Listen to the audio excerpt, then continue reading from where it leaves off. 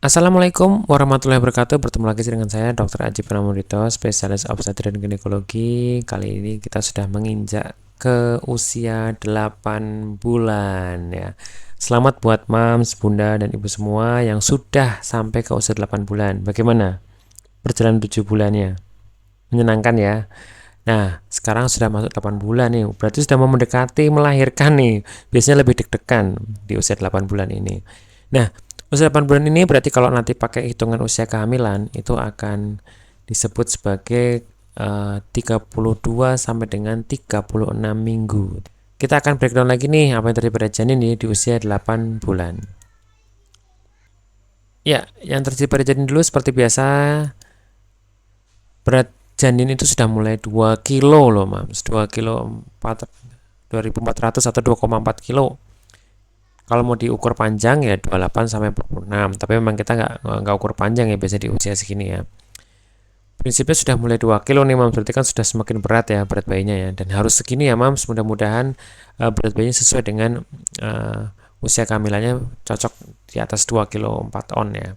Kemudian kebanyakan janin mulai berada di posisi saat janin akan lahir, idealnya kepala sudah berada di bawah. Jadi usahakan ya di usia 8 bulan 32-36 minggu ini kalau bisa kepala sudah posisi di bawah, jadi sudah mapan di bawah. Jadi kalau udah di atas 8 bulan masih kepala di atas atau sungsang, biasanya nanti susah tuh mams untuk muternya. Jadi memang posisi di usia ini sebaiknya sudah di kepala sudah di bawah posisinya nanti kalau diperiksa USG.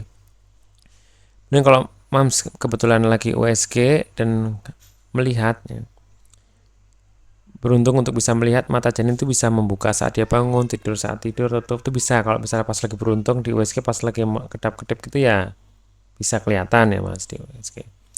Yang ke tadi 4D ya. Yang keempat, uterus akan lebih tipis dan lebih elastis sehingga cahaya dan suara dapat masuk ke dalamnya. Bisa distimulasi dengan seperti bulan keempat itu bisa distimulasi. 5. Janin mulai belajar mengekspresikan wajah sebagai respon dari rangsangan eksternal. Jadi kalau di 4 dimensi, kalau beruntung ini ya, kalau beruntung maksudnya pas melihat posisi kepalanya pas di USG, wajahnya ngadep kamera USG gitu, ya dia bisa kelihatan tuh lagi senyum, lagi cemberut, itu biasanya kelihatan. Kalau sedang beruntung mendapatkan posisi itu ya tidak bisa, karena kadang itu juga jarang untuk bisa melihat seperti itu. Kemudian kalau Anda melakukan pemeriksaan USG yang didapatkan seperti ini gambarannya. Nah, udah mulai nggak begitu kelihatan ya, ini kepalanya, badannya, itu ada jantungnya, daerah dada, perut, ini. Kemudian tulang punggung tadi, ini kaki, ini perut, ini kakinya tuh kakinya.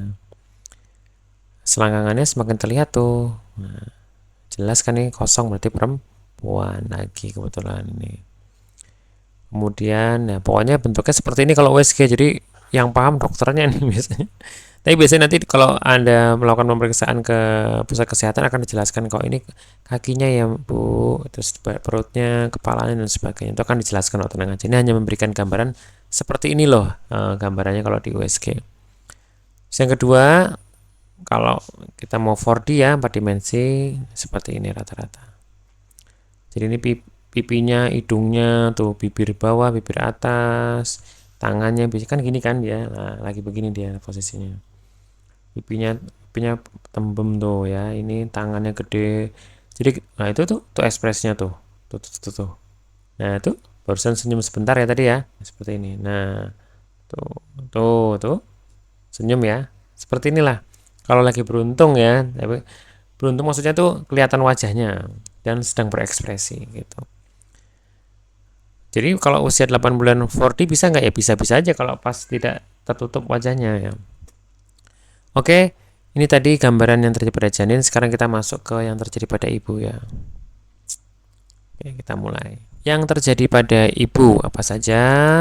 Pertama adalah pada minggu ini ukuran rahim atau uterus ya sebutnya itu kira-kira sebesar bola basket. Itu kan udah gede ini ya mams. 2. Tinggi fundus rahim pertengahan tulang dada dengan pusat. Jadi antara pusar nih sama tulang dada ini udah tengah-tengah, berarti gede nggak? Gede.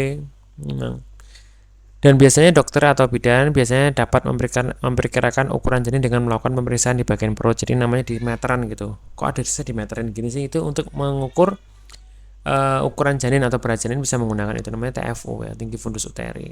Sekarang kita masuk ke keluhan yang sering ibu rasakan di usia 8 bulan ini apa saja. Biasanya ada pembengkakan pada daerah kaki. Jadi kakinya tuh bengkak gitu loh, mams. Nah, caranya bagaimana? Tipsnya tuh meletakkan kaki lebih tinggi daripada badan, dapat membantu mengurangi bengkak. Kemudian juga harus minum air yang banyak ya untuk membantu ginjal mengeluarkan cairan yang berlebih. Yang kedua, karena rahim itu mempersiapkan momen persalinan, beberapa ibu atau moms akan mulai merasakan kontraksi pada perut yang biasa disebut sebagai HIS. Frekuensinya HIS, jadi keseringannya HIS ini akan meningkat sampai terjadi proses persalinan, tapi biasanya di akhir bulan ke-8 ini ya, bukan di 32 minggunya, tapi di 36 minggunya atau akhir bulan ke-8. Oke, jadi yang ketiga adalah mulai sulit berjalan dan sesak nafas bertambah berat. Jadi memang karena usia 8 bulannya sudah mulai gede, ya tambah besar, tentunya bayinya semakin besar, berarti kan akan menekan bagian bawah, jadi kakinya biasanya sudah mulai susah untuk jalan, dan juga nafasnya tambah berat ya, tentunya karena rongga dadanya semakin menyempit ke atas. Nah, sekarang tipsnya apa nih untuk ibu hamil? Nah, tipsnya adalah yang pertama, gunakan bantal sebagai penyangga pada kaki agar tidak terjadi bengkak atau edem pada kaki. Jadi kalau tidur, naikkan sedikit kakinya ke atas ya. Tapi nggak usah tinggi-tinggi banget, tapi 1-2 bantal aja cukup, sebentar nanti aktivitas lagi. Mengonsumsi air minum ya 2-3 liter per hari harus ya mams, minimal nih. Jangan berpergian jauh kalau sekarang, kalau di akhir 36 minggu jangan berpergian jauh, jangan-jangan nanti tengah jalan kontraksi bisa lahiran soalnya. Jadi memang baby moonnya sudah selesai ya kemarin di usia 7-8 bulan awal ya. Terus yang keempat adalah hindari makanan yang menyebabkan heartburn atau rasa perih pada ulu hati seperti kopi, dan banyak minyak, karena makanan sistem pencernaan selama kehamilan sangat sensitif terhadap makanan berminyak. Walaupun kopi itu boleh, tapi kalau dia jarang minum kopi, tiba-tiba minum kopi, kan biasanya kan asam lambung kan meningkat, itu akan meningkatkan rasa mual muntah atau heartburn, perasaan panas di sini. Kemudian lain-lainnya sama dengan bulan ke-6 dan ke-7 tips-tipsnya ya. Dan paling penting adalah tetap untuk kontrol ke fasilitas kesehatan sudah sebulan 2 kali lagi ya. Jadi bukan sebulan sekali lagi, sudah mulai sebulan 2 kali untuk mengetahui perkembangan bayinya, dan juga tetap hitung gerakan bayi dengan bisa mendownload tabel di bawah ini ya mams. Oke, itu tadi bulan ke-8, bulan yang penuh mendebarkan juga karena sudah mendekati untuk masuk 9 bulan. Jangan lupa untuk tetap banyak berdoa ya mams, semoga mudah-mudahan selama 8 bulan ini bisa dijalani dengan bahagia, penuh syukur, dan jangan lupa berdoa. Oke. Sampai ketemu di video selanjutnya, yaitu di video di 9 bulan. Oke, sampai jumpa. Kita akhiri. Wassalamualaikum warahmatullahi wabarakatuh.